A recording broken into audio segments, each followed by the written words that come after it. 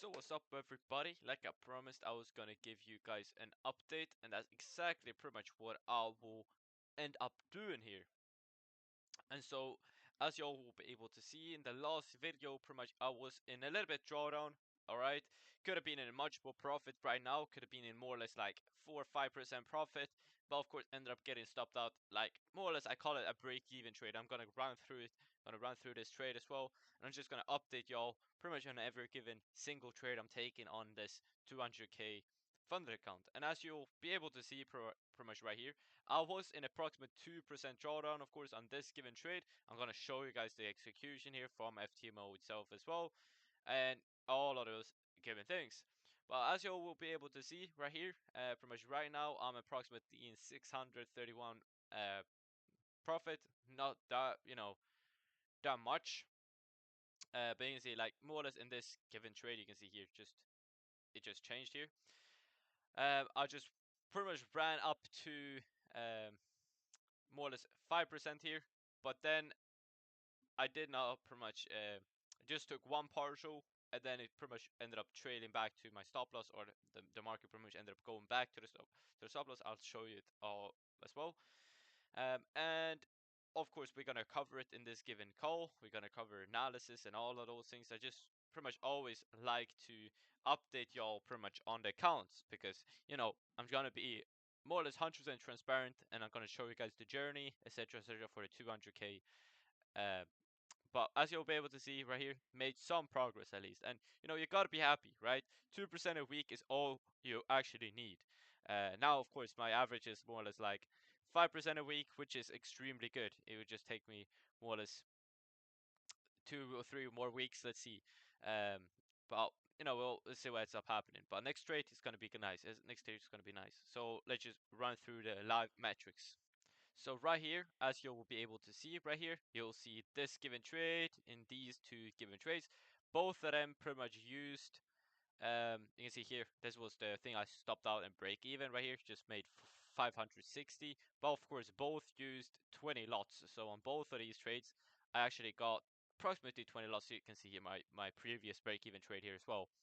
But you can see, used 20 lots, 20 lots. Of course, both of these was up more or less 480, because you can see, and I will show you pretty much me top ticking the like bottom ticking, top ticking in this execution. Like the partial was more or less at the top, and of course it retraced down to break even. I did not close out fully, right? I had still 20 lots running. Of course, this got stopped out in break even. That's just what I mean. But let's just go and what you'll be able to see right here. We should now be able to see the markets here from the MetaTrader. Let's see, yes. So here you'll be able to see my entry was right here, and I'm going to show you guys this live in the markets.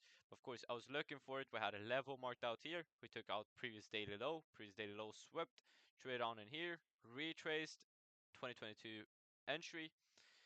Pretty much targeted the equal highs up here. Took one partial here. You can see my entry was exactly right there.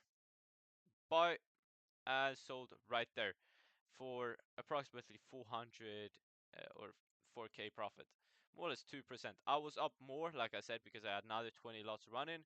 But of course, as you can see, the market retraced from there, and I was stopped out at break even on those 20 lots.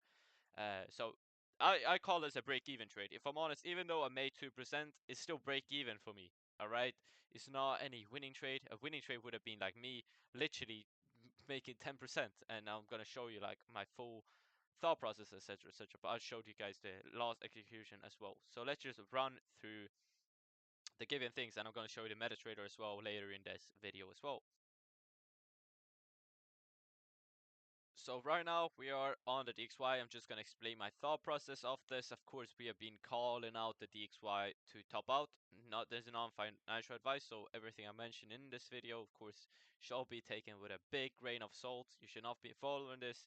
You should more or less just listen to me, try to learn as much as you can from my experience, but not pretty much from the words I'm saying. So just pretty much use my bad English, all right? So as you'll be able to see right here, we've taken out all this engineered liquidity. We've talked about this being the top, and it pretty much now looks like a top. So now everybody is switching to a bear side, and I was bear long before. I was bear up here, all right? So we've been trying to cash this, but we have not seen any given STAs. This was the given first STA, but this actually failed. So I was actually looking for low prices this week, and I'm looking for low prices next week, but this week it just failed. Now next week is going to be goated, I think, personally. We'll be able to see here, I'll be in bearish buys. I'm going to link the video where pretty much we were approximately here. I was saying, well, look at what the central banks is doing. They have started massively selling the DXY, and look what happened. We had a top. So that's crazy if you think about it. Now, what this resembles is, of course, a market maker sell model, and that's just pretty much what I'm going to look at with an original consolidation right here as well. So I'm just looking for lower prices, looking for us going to this original little consolidation here. I can potentially just drag this out right here, and you guys will be able to see it. So pretty much looking at the DXY right here on the daily now instead of the weekly. And you'll see we just have the daily annotated, the equal lows right here, and we have the higher. So this is just a more zoomed in version of the one I showed you on the before. All right, and as you'll be able to see here, what we are looking for, of course, is just this getting inversed. I think I talked about this last week, and now we have actually been seeing this. That actually ended up being the high of this week. Now, hopefully, what I'm looking for at least is just us repricing higher, sweeping previous dailies week high, and then having an STA low, because this is time-based liquidity right there. And I think that would be good, reaching for some equalos. And I think we have engineered equalos, as y'all will be able to see right there. So we should just trade on lower. But we also have engineered equalos right here as well. And a lot of equalos right here as well. So we'll have, and of course, these higher time from equalos as well. So it's a lot of equalos. Now going into a more lower time frame. So let's go into the 50-minute time frame. I'm just going to show you the given move I was trading in. So as y'all know, I was bearish. I was anticipating us pretty much reaching down lower. That would have been something good. Now, I was expecting this move. This was the move pretty much I was supposed to trade. But of course, that move did not happen in an occurrence of an STA. Instead, it just happened with a spooling sound program, which is a model I'm working on currently to trade. So this is more or less the next given model I'm gonna trade. It's like simple retailer things I always talk about. But right here, this was the given move we were trading. So that was the given Euro USD buys you saw. So this little down move right here, that was the only thing we traded. I was anticipating this down move, as I've talked about, pretty much being all the way down in here. So I had multiple targets. That's like why I kept those 20 lots running, as I thought this was a very good position. Now the market ended up reversing on us, ended up creating and going up all the way to this inverse favor gap. Not particularly what I was looking for, but I can see my thought process was, well, time-based liquidity has gotten taken, and we're looking for lower prices. Now for USD, let's just cover this. You'll be able to see right here on a day-to-day time frame that, well, we are looking for the same thing. We have equal highs up here, we have equal highs up here, we have equal highs up here. We have a lot of equal highs we have left, a lot of equal highs right here, which we have left, and of course a lot of equal highs right here, which we have left, which I'm looking for getting targeted. Now we have a level under this, the 133 or 103931, which is exactly the level I'm looking for us retracing into before us pretty much delivering up high, meaning I'm looking for low of the week, pretty much under the time-based liquidity or an STA towards the upside, because the external alignments, everything, CLT, etc., is pointing towards the upside. We're going to look at quickly the CLT for you guys. I'm going to pretty much analyze it for you guys so you don't necessarily need to. Now going into a 50-minute time frame, what you'll be able to see right here is just a given move I was trading. So I'm going to just quickly show you the given move I was trading. So the move I was trading was this little move right here. If we are actually to just quickly go into the 50-minute time frame, I'm going to explain my thought process here. So right here, I was just looking for in this, it looked something like this. So you can see we took out all of this sell side liquidity up down in here. So we just swept out this sell side liquidity, this sell side liquidity. We were more or less in equilibrium. We've just retraced into this little 4-hour favor gap, and I think there was a 4-hour favor gap. Yes, so you can see that level right here, which I used for the given low to anticipate the given low, was right here. So you can see right here, this was the given low I annotated. On a 1-hour, that favor gap looked a little bit bigger. Possibly I used this right here. You can see if we go into the 5 minutes again, you can see the low got formed right there. Now, as I showed you guys, my entry was not there. I was waiting for a retrace, a reaction of that level. Pretty much trading up higher, and then I entered right here, as you saw on this little FVG right there. So a simple 2022 model, and you'll be able to see this if we just go here. You'll be able to see it right there. So right there was my entry. Targets, partial was up here, but as y'all will be able to see, we were actually stopped at in break even. So the trade looked like this in retrospect.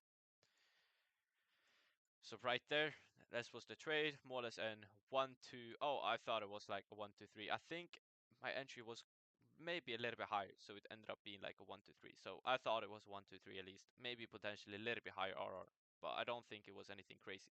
But my targets, as y'all will be able to see, was all the way up here. Remember the equal highs, the higher time frame equal highs?